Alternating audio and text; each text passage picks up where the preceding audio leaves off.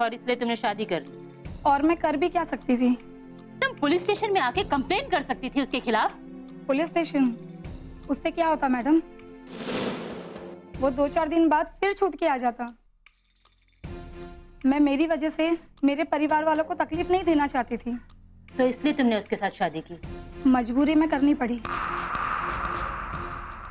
तुम शेरा और गजराज के बारे में क्या जानती हो? वही जो सब जानते हैं।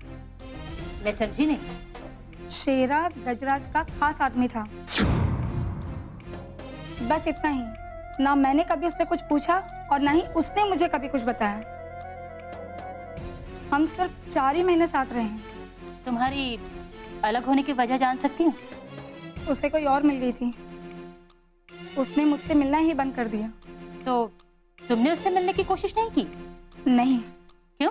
क्योंकि मैं खुद छुटकारा पाना चाह रही थी। अब तुम किसके साथ रहती हो? अपने माँ बाप के साथ। अगर शेरा तुम्हारे पास वापस आ जाता है तो क्या तुम उसके साथ चली जाओगी?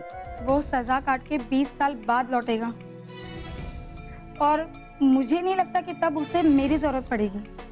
उसने तुम्हें बहुत तकलीफ दी है ना? जो हुआ सो हुआ। अब मैं अपने माँ बाप के साथ खुश हूँ। ठीक है, तुम जा सकती हो। पर हाँ, अगर जरूरत हुई तो तुम्हें वापस बुलाऊंगी। ठीक है, नमस्ते।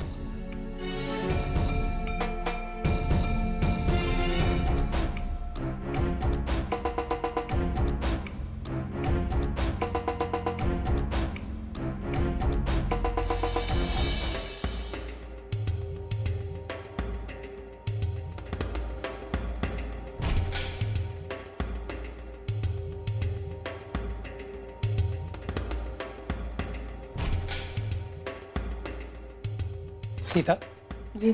तुम कमलनाथ जी के यहाँ गई थी? हाँ, गई थी। उसके बारे में तुमने मुझे कुछ बताया ही नहीं।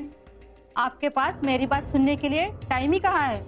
अच्छा, तो तुम्हारी ये शिकायत है कि मैं आजकल तुम्हारे लिए समय नहीं निकालता हूँ।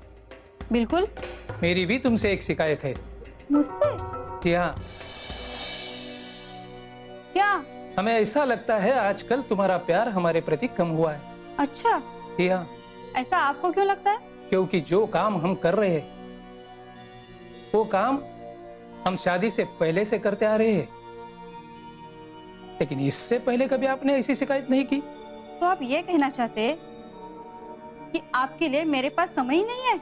बिल्कुल। तो ठीक है, आप ऐसा करिए, आप आपका ऑफिस का काम घर पे मत करिए, फिर मेरे पास टाइम ही टाइम। ये सब विवेक के शादी के बाद, फिर दिन रात हम तुम्हारे पास बैठे रहेंगे। वो सब छोड़ो, तुम कमलनाथ जी के घर गई थी, तब कमलनाथ जी थे? नहीं, शामली जी थी। और कोई नहीं था? नहीं। कमला जी भी नहीं थी? नहीं। क्या कहा शामली जी ने? कुछ नहीं कहा, मैंने उन्हें समझाया। क्या समझाया? वही जो आपने मुझे समझाया था। मैं समझा नहीं। मैंने उन्हें कहा, शालिनी जैसे लोग आजकल ढूंढकर भी नहीं मिलते।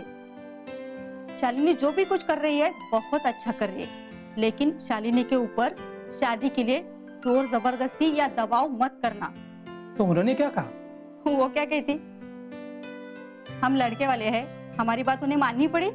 मैं भी कमलनाथ जी से एक बार मिल लेता हूँ। वो भी शालिनी की शादी की वजह से बहुत परेशान है। हम सबको एक दूसरे को समझ लेना चाहिए, तभी तो रिश्ते मजबूत होंगे। तुम सही कहती हो।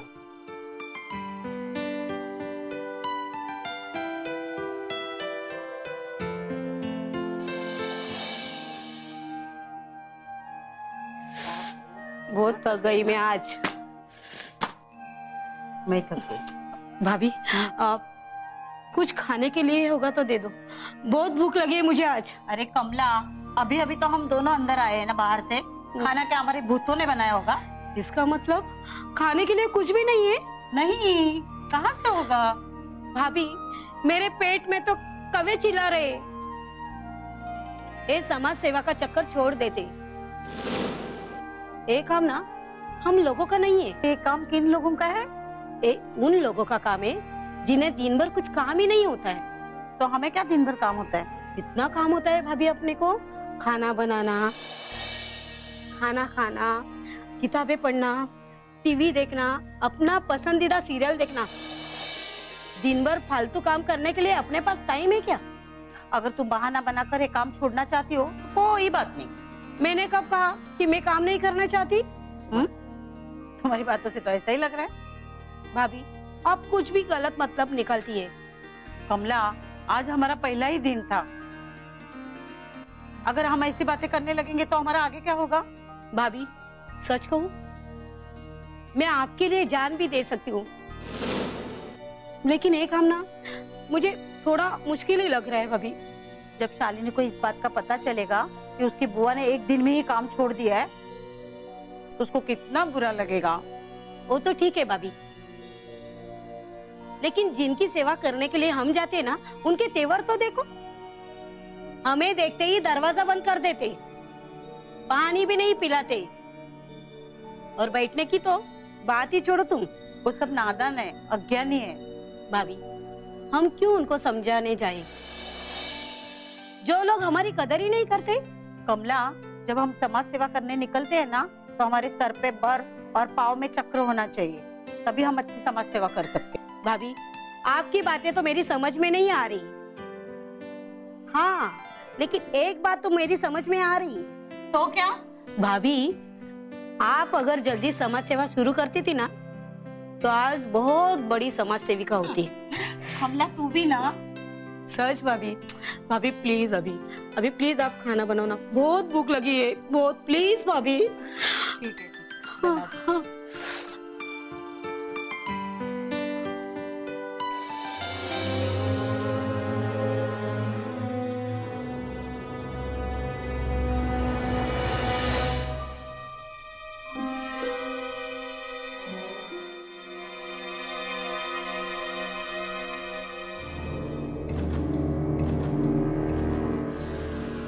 दीदी, दीदी। ओ, आ गई तू? हाँ, क्या बात है दीदी, क्या सोच रही थी? कुछ नहीं। झूठ। मुझे सब पता है आप क्या सोच रही थी और किसके बारे में सोच रही थी। तो बोलो, मैं क्या सोच रही थी और किसके बारे में सोच रही थी? आप विवेक के बारे में सोच रही थी ना? मैं उसके बारे में क्यों सोचूंगी? क्योंकि आप विवेक से प्यार करती हैं। मैं किसी से प्यार व्यार नहीं करती। और तुम्हें किसने कहा कि मैं उसे प्यार करती हूँ? किसी की कहने की क्या जरूरत है दीदी, वो आपकी आंखें देख के मैं बता सकती हूँ। ओहो, तो तुम आंखें देखकर लोगों का मन पढ़ लेती हो? लोगों का तो पता नहीं, लेकिन आपका मन जरूर पढ़ सकती हूँ। लेकिन तुम जैसा समझ रही हो ना वैसा कुछ भी नहीं है। हम सिर्फ अच्छे दोस्त हैं। दीदी, क्या ये सच नहीं है? आप विवेक से शादी करना चाहती हैं? हाँ, चाहते हैं, मगर क्या दीदी, आप विवेक से प्यार नहीं करती?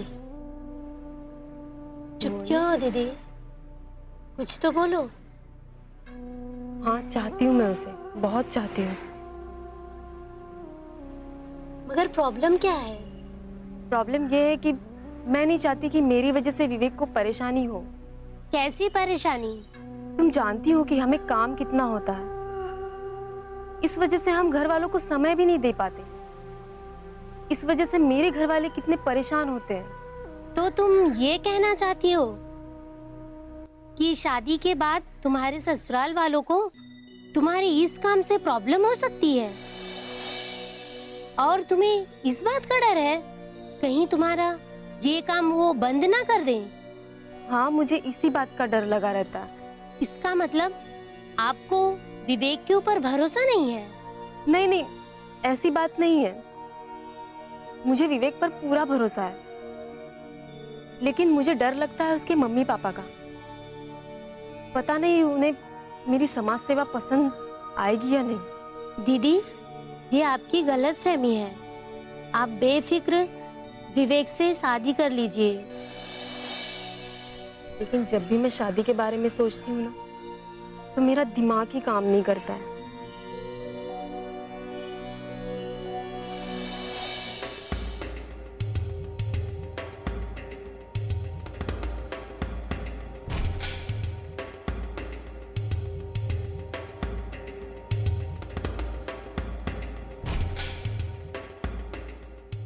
अरे बुआ, आप अभी तक सोई नहीं? नहीं, क्यों? तुझसे बात करनी थी। वो तो आप सुबह भी कर सकती थी। कर तो सकती थी, मगर तू तो सुबह होने से पहले ही निकल जाती है ना। बुआ, नाराज हो मुझसे? हाँ भी और ना भी। मैं समझी नहीं। तू समझना भी नहीं चाहती ना। बुआ, ऐसी पहेलियां मत बुझाओ। विवेक मिला था मुझे। आज मैं लक्ष्मी माँ के दर्शन करने गई थी ना, तो वो भी दर्शन करने वहां आया था। तुमने खाना खाया? तुम्हारे बारे में पूछ रहा था। बुआ, मैं बहुत थक गई हूँ, मुझे नींद आ रही है। एक बात पूछूं तुमसे? क्या? मैंने और विवेक ने तुम्हारे बारे में बहुत सारी बातें की, और तुम उसके बारे में एक भी बात नहीं सुनना चाहती, ये जानते हुए भी कि वो तुम्हें कितना चाहता है। बुआ, मैं जानती हूँ कि हम दोनों एक दूसरे को बहुत चाहते हैं, मगर क्या? मैं, तुम्हारी माँ, तुम्हारे पापा,